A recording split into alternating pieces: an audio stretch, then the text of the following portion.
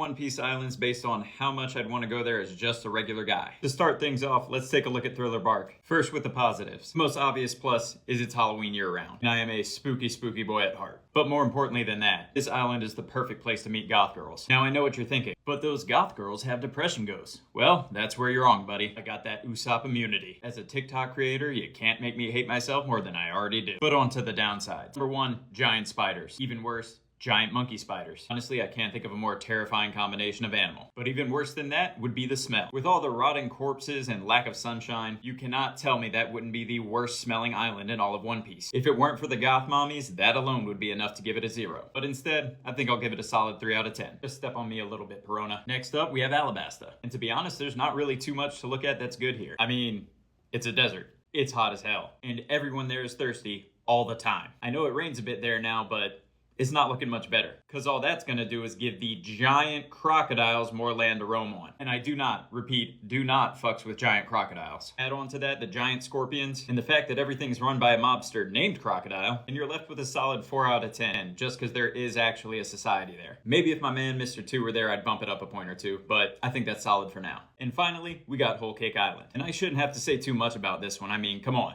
The whole island is made out of food. And I'm a fat bitch, so that's easy points there. And on top of that, Big Mom, she can get it. What can I say? I like me a strong woman. The bad bee herself has 72 kids, and I'm pretty sure they're all from different fathers. So I'm definitely down to slide in those DMs to get me a superpower kid. Easy 10 out of 10. But how do you judge my ratings? And which island should I do next? Rating One Piece Islands based on how much I'd want to go there as just a regular guy. Part 2. To start things off, let's take a look at Water 7. First, looking at the pros, we got a great public transportation system. So at the very least, it's easy to get to, even if you're not a pirate. And once you're there, you got Uber on call. And riding a roller coaster to work every day seems pretty awesome, so points there. And with a thriving shipbuilding industry, awesome Venetian-style markets and streets, rich pirate history, and tons of local celebrities, there's always going to be something to do. Now for the downsides. First off, you're going to have to deal with a little government corruption. But honestly, if you're a normal guy, probably not going to be an issue. Next, you got daily incidents with local gangs. But as long as you stay on the right side of town, shouldn't be a problem. Worst case scenario, you might have to deal with some unwanted flashing. But apart from that, the worst thing you have to deal with in Water 7 is the fact that the island is slowly sinking. That's right, the island's practically below sea level, and with a yearly storm season, you can never really know how safe you're going to be. Wait a minute, hold up.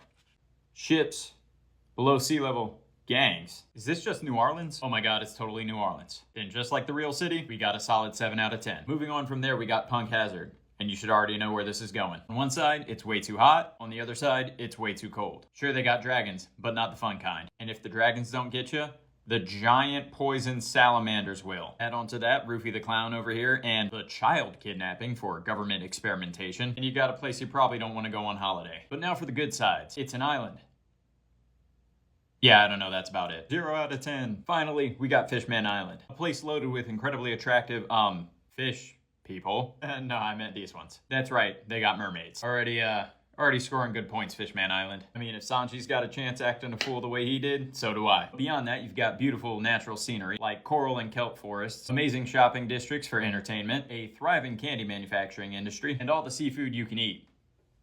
How'd that get there? Not to mention some of the best banquets you've ever seen in One Piece. I don't care what you say, that was one of the best victory celebrations in the show. And sure, you got the occasional gang, but that's par for the course in the One Piece world. But with all that said, I definitely have to give Fishman Island a solid 9 out of... What? Does this say there's goth mermaids? Goth mommy mermaids? Load up the Titan, I'm risking it. Easy 10 out of 10, boys, let's go. Swim on me, mommy. Rating One Piece Islands based on how much I want to go there as just a regular guy. Part 3. To start things off, let's take a look at Impel Down. Technically, it's not an island, but technically, I don't care. I have the camera, I make the rules. Now, given that this is a prison, you should already know how it's gonna go. I mean, I love Dante's Inferno, but I ain't looking to live it. If torture is your kink, I ain't hate, but I'm a sensitive boy at heart, so that's minus points already. And with multiple floors dedicated to punishment, the place doesn't exactly scream island paradise. And good luck pulling a Shawshank, cause old Devil Horns over here ain't gonna let it happen. That said, at the very least there's New Kama Land, and I do love me some Rocky Horror Picture Show, but sadly, that's not enough to make any of this pleasant. Even if my boy Mr. 2 is queen there now. Gambare, buddy. Gambare. So with that, Impel Down earns a solid 0. Next up, we've got somewhere everyone wants to visit. Just kidding, it's Syrup Village. First on to the positives. It's got a restaurant. Yeah, that's about it. The whole island is just a small farm village. So if you really want that small town experience, this is the place to go. I mean, seriously, everybody knows everyone's business, and it's all run by one rich family. The place is so dull, Usopp had to hang out with a bunch of kids and make up stories for fun. But I mean, hey, if you like it safe and you like sheep, I guess this is the place for you. This is pretty much how I imagine Wales is in real life. But apart from boredom and the lack of company, the real downside is the place has a habit of attracting furries, and not even the fun real kind. Just old dudes who like cats and sheep. But I'll give it a 5 out of 10, because at least it's safe. Now on to one you've really been asking for. Let's take a look at Sabadi. Now you can call me SpongeBob, because I'm all about that bubble tech. And I mean, they use bubbles for everything here. Plus the island's filled with bars, and that's always going to be points for me. Naturally, after the bar you're going to need something to eat, and knowing that Hachan docks the takoyaki 8 here, I'ma have to give it points for having one of my favorite foods. And for the last positive, they've got a Six Flags. A Six Flags so good it was worth starting a civil war back on Fishman Island. And on that note, I think it's time to talk about the negatives.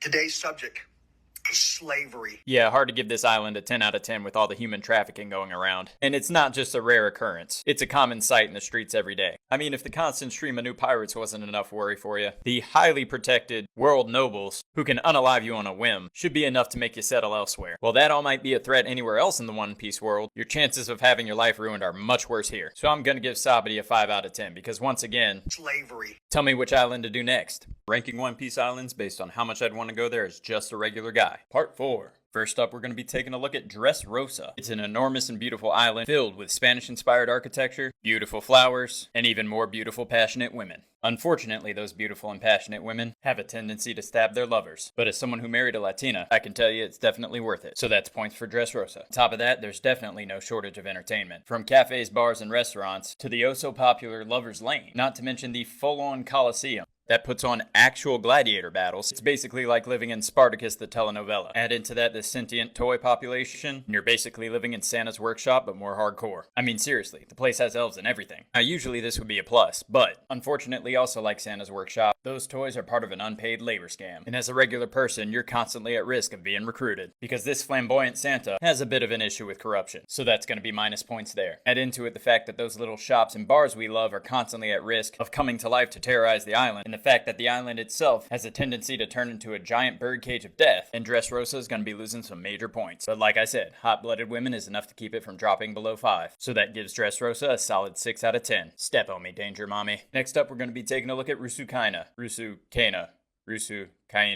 The place where Luffy did his training during the time skip. Now this place is so wild and dangerous that Luffy had to come up with Gear 4 just to survive. And according to Raleigh, it's got over 500 dangerous beasts on it. So for a regular guy, it's got all the fun of a free trip to Jurassic Park. So maybe if you're the type to choose the bear, then this is the place for you. But gorillas are terrifying, so Rusukaina's getting a 2 out of 10. Because I mean, at least there's food, I guess. Finally, the one you've all been waiting for, it's Amazon Lily. First things first, let's get the most obvious positive of this beautiful island out of the way. It's straight up filled with Amazons. That's right, there's only women here, which automatically makes you the most attractive man on the island. But slow your roll there, buddy. They've got a shoot-on-sight order for any men who trespass, and those hockey arrows ain't nothing to play with. And if you somehow survive long enough to get taken prisoner, their justice system ain't exactly the most fair. That's right, their ruler will literally turn you to stone. But who am I kidding? You've probably been rock hard since you got there. And with a queen who's literally the hottest woman in all of One Piece, she can turn us to stone any day. All you gotta do is tell her you're a fan of her tattoo, and they'll give you a free pass and a banquet. Just be sure to try the mushrooms. Trust me, they'll give you a spa service you won't forget. So despite the danger, I'm gonna have to give Amazon Lily a 12 out of 10. Because step on me, Snake Mommy. What island should I do next?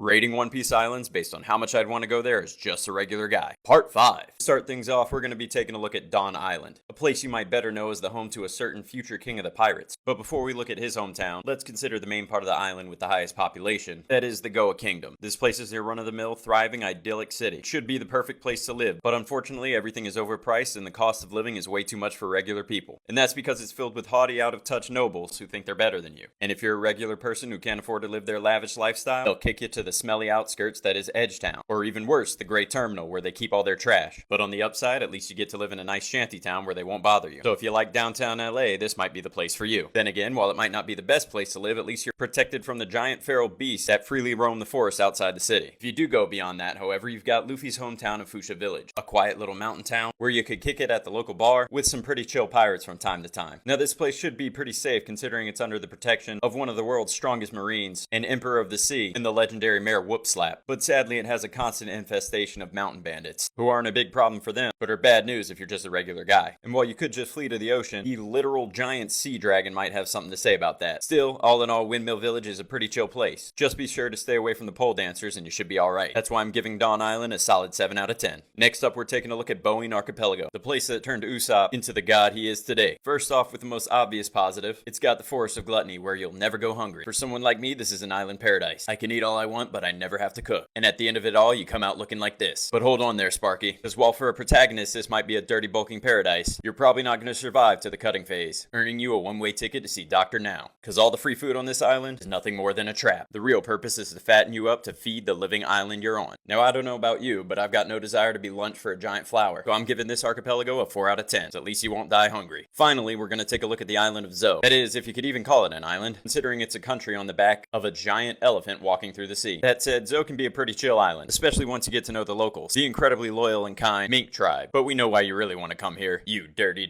Sonic the Hedgehog fans. I know you want me to say it, but I'm not going to do it this time. Just stop it. I won't say it. Hop on me, mommy. Alright, there, I did it. Moving on. This island is pretty beautiful and safe. It's hard to find, and so long as you're not attacked by one of the literal strongest pirates out there, you should be able to live a relatively happy life. Because between the electrically powered locals and the island's built-in defense system, it's very rare that anyone can cause a stir on this island. But once again, I remind you that this island is a literal elephant, meaning the smell is something you're gonna have to deal with. And even if you can ignore that, you can ignore the Rain-ruption, an event that occurs twice daily in which the elephant spews water over the entire island, which means twice daily you're getting covered in elephant snot. It's literally unavoidable because this is where all of their fresh water and food comes from. But hey, if you're okay with drinking elephant snot, maybe it's the place for you. So as much as we all love a good Garchu moment, I'm gonna have to give this gross snot-covered island a 6 out of 10. But what do you think? Be sure to leave a comment and let me know what island I should do next.